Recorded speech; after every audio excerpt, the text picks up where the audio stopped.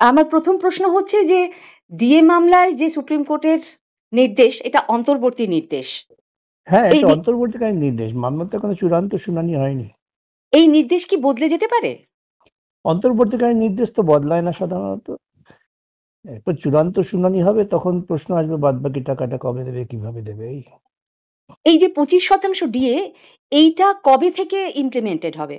ওনারা বলেছেন যে কলকাতা হাইকোর্টের নির্দেশ অনুযায়ী, কলকাতা হাইকোর্ট দিয়ে দেওয়ার কথা বলেছিল বোধহয় অর্ডারের 3 মাসের মধ্যে, সুতরাং আমরা ধরে নিতে পারি 3 মাস। রাজ্য সরকারি কর্মচারী যারা আন্দোলন করছেন আর কি, তারা বলছেন যে 2009-এর রোপা অনুযায়ী।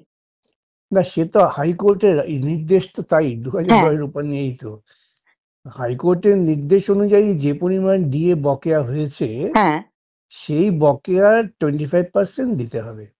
এখানে নির্ণায়ক শক্তিটা হচ্ছে হাইকোর্টের আদেশ। তারা বলছেন যে লড়াইটা সবে এক ধাপ এগোলো। এক ধাপের অনেক ধাপ, কবে থেকে লড়াই হচ্ছে, সে 2016 থেকে এদের মামলা করছি আমি। না, একটা কিন্তু এই মামলাটা পর্যায়ে এসে সুপ্রিম কোর্টে যাওয়ার পর তো বারবার পিছিয়েছে। বারবার 18 বার পিছিয়েছে। ওই গতদিন আমি যখন বললাম যে এরকম বারবার তোমরা পিছিয়ে দিচ্ছ, গরিব মানুষগুলো তারা কি করে কন্টেস্ট করবে, তখনই আজকের দিনে ফিক্স করেছিল, এবং সে আজকেই অর্ডারটা হলো। এটা একটা ইতিবাচক অর্ডার তো বটেই। না, কিন্তু এই লড়াইটা আরো চলার কথা যে তারা বলছেন, তার কারণ মানে কি? হিয়ারিং, ফাইনাল হ্যাঁ, হিয়ারিং এ, তখন ফাইনাল হিয়ারিং কবে হবে তা তো বলা মুশকিল। ওরা বলেছেন আগস্টেই যে হিয়ারিং হয়ে যাবে, তার তো কোনো গ্যারেন্টি নেই। মানে 25%-এর পরের যে অংশটা হুম। অ্যাট পার যদি হতে হয় কেন্দ্রীয় সরকারি সেটা তো কর্মচারীদের, ফাইনাল হিয়ারিং এর উপর নির্ভর করবে। নির্ভর করবে।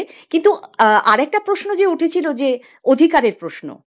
সেটা তো নির্ণয় হয়েই গেল। অধিকার আছে বলেই তো সুপ্রিম কোর্ট, হাইকোর্ট বলেছেন সুপ্রিম কোর্টের টাকাটা দিয়ে দাও। অধিকার না থাকলে তার টাকাটা দাও বলতেন না। এর বিরুদ্ধে কি আর কোন রকম সরকারের সামনে পথ খোলা আছে এর এর বিরোধিতা করার?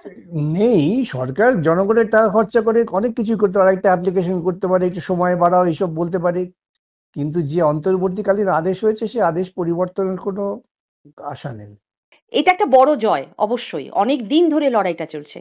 কিন্তু আরেকটা লড়াই যে চলছে বিকাশ ভবনের সামনে, সেই লড়াইটা নিয়ে একটু আপনার মতামত জানতে চাইবো। যে সেটা আরো বড় লড়াই। সেটা হচ্ছে, ধরুন আমি যে কথা বলছি, বলার চেষ্টা করছি, যে এ রাজ্যে দুর্নীতিমূলক প্রক্রিয়ার ফলে মেধাবী ছাত্ররা মার খেলেন, তাদের চাকরি চলে গেল, এবং সুপ্রিম কোর্ট বললেন যে দ্রুত তোমরা স্বচ্ছ পদ্ধতিতে নিয়োগ করো।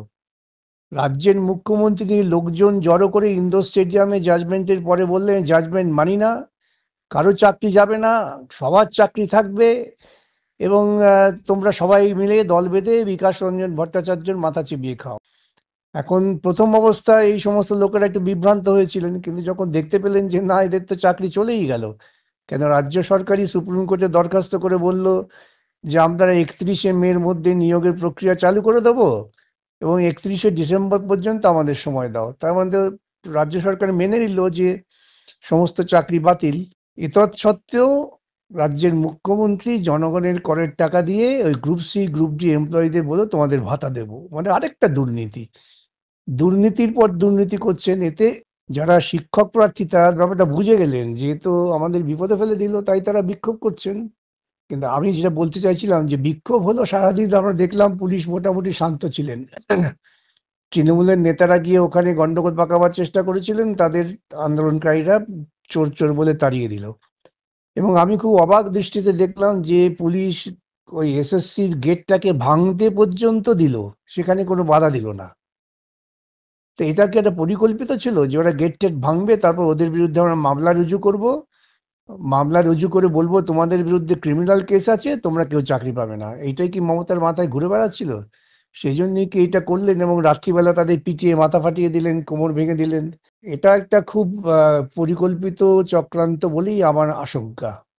না, এই পুলিশের যে ভূমিকা, সেইটা নিয়ে তো প্রশ্ন উঠেছে, যার ফলে পুলিশ কর্তাদের সাফাই দিতে হয়েছে সাংবাদিক বৈঠক ডেকে, যে কেন তারা সেটা বাধ্য তো হয়েছেন তারা লাঠি চালাতে। বলবেন, পুলিশ তো বলবেনই তাদের কথা। না, কিন্তু যেটা প্রশ্ন সেটা হচ্ছে যে এই যে আপনি বলছিলেন গ্রুপ সি গ্রুপ ডি কর্মীদের ভাতা দেওয়া, সেটা আপনার টেন্টেড আনটেন্টেড এই নির্বিশেষে, এই যে ভাতা দেওয়ার যে ঘোষণা এবং দেওয়া, এটার কোনো আইনি বাধা নেই, তাই কি? পুরোপুরি আইনি বাধা আছে, সম্পূর্ণ বেআইনি এবং আরেক ধাপ দুর্নীতি। যেখানে সুপ্রিম কোর্ট বললেন যারা দুর্নীতিমূলক প্রক্রিয়ার মধ্য দিয়ে কাজ পেয়েছে তাদের থেকে টাকা ফেরত নাও, এবং গ্রুপ সি গ্রুপ ডির ক্ষেত্রে সবার ক্ষেত্রেই সেটা প্রযোজ্য। তাদের টাকা ফেরত না নিয়ে তিনি আবার জনগণের করের টাকায় তাদের পুষছেন। এর থেকে বড় দুর্নীতি আর কি হতে পারে নাকি? এই ভদ্রমহিলার মাথায় দুর্নীতি ছাড়া আর কিচ্ছু কাজ করে না। একটা জিনিস তো খুব পরিষ্কার ছিল আপনার এই এতদিনের মামলা যে চললো এই এসএসসি 2016 প্যানেল নিয়ে, যে সব থেকে বেশি দুর্নীতির জায়গাটা কিন্তু এই গ্রুপ সি গ্রুপ ডির মধ্যে দেখা গিয়েছিল গ্রুপ সি শিক্ষকদের গ্রুপ ডি, তুলনায়। হ্যাঁ, শিক্ষকদের তুলনায় তাই। হ্যাঁ, শিক্ষকদের তুলনায় শিক্ষা কর্মীদের মধ্যে অনেক বেশি সংখ্যক ছিলেন যারা দুর্নীতির আশ্রয় নিয়েছিলেন বা টাকা দিয়েছিলেন চাকরি পাওয়ার জন্য। তো সেক্ষেত্রে কি এটা মনে হয় যে যাদের কাছ থেকে টাকা নিয়েছেন শাসক দলের নেতারা, তাদেরকে বাঁচানোর একটা দায় কোথাও রয়েছে? পরিষ্কার একদম। সরকার এখন দেখলেন এদের থেকে যদি আমি টাকা ফেরত নিই সুপ্রিম কোর্টের আদেশ অনুযায়ী, হাইকোর্টের আদেশ অনুযায়ী, তাহলে তো তৃণমূলের কোনো নেতার পিঠের চামড়া থাকবে না।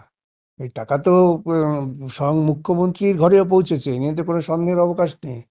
সেই আশঙ্কাতেই তিনি এদের শান্ত করবার জন্য জনগণের করের টাকা দিয়ে এদের ভাতা দেওয়ার কথা ভাবলেন।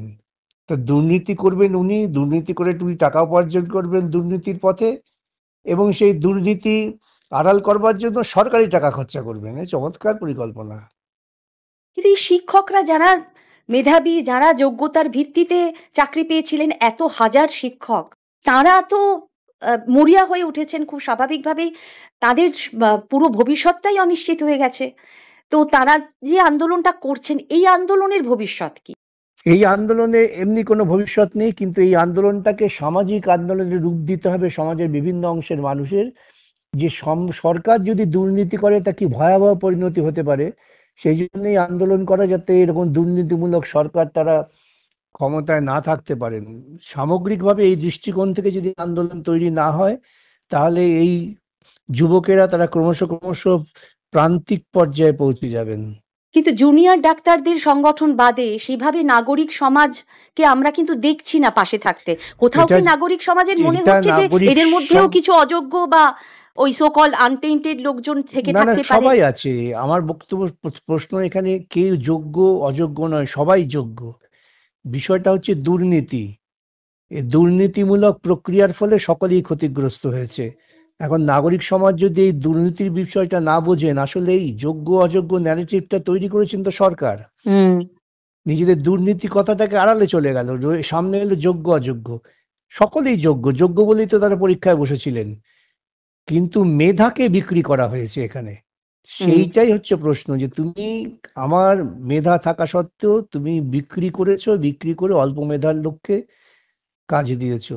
এই যে দুর্নীতিমূলক প্রক্রিয়া, তার বিরুদ্ধে যদি নাগরিক সমাজ সচেতন না হয়, তাহলে তো পশ্চিমবঙ্গের নাগরিক সমাজ সম্পর্কে আগামী ইতিহাস মুচকি হাসেই দিন কাটাবে। তার মানে চাকরি ফেরত পাওয়ার যে দাবি জানাচ্ছেন এই চাকরি কোনো হারা সম্ভাবনা নেই। শিক্ষকরা, এই দাবিটা জানাচ্ছেন যেহেতু মুখ্যমন্ত্রী তাদের বলেছেন যে তোমাদের চাকরি যাবে না, আমি আছি।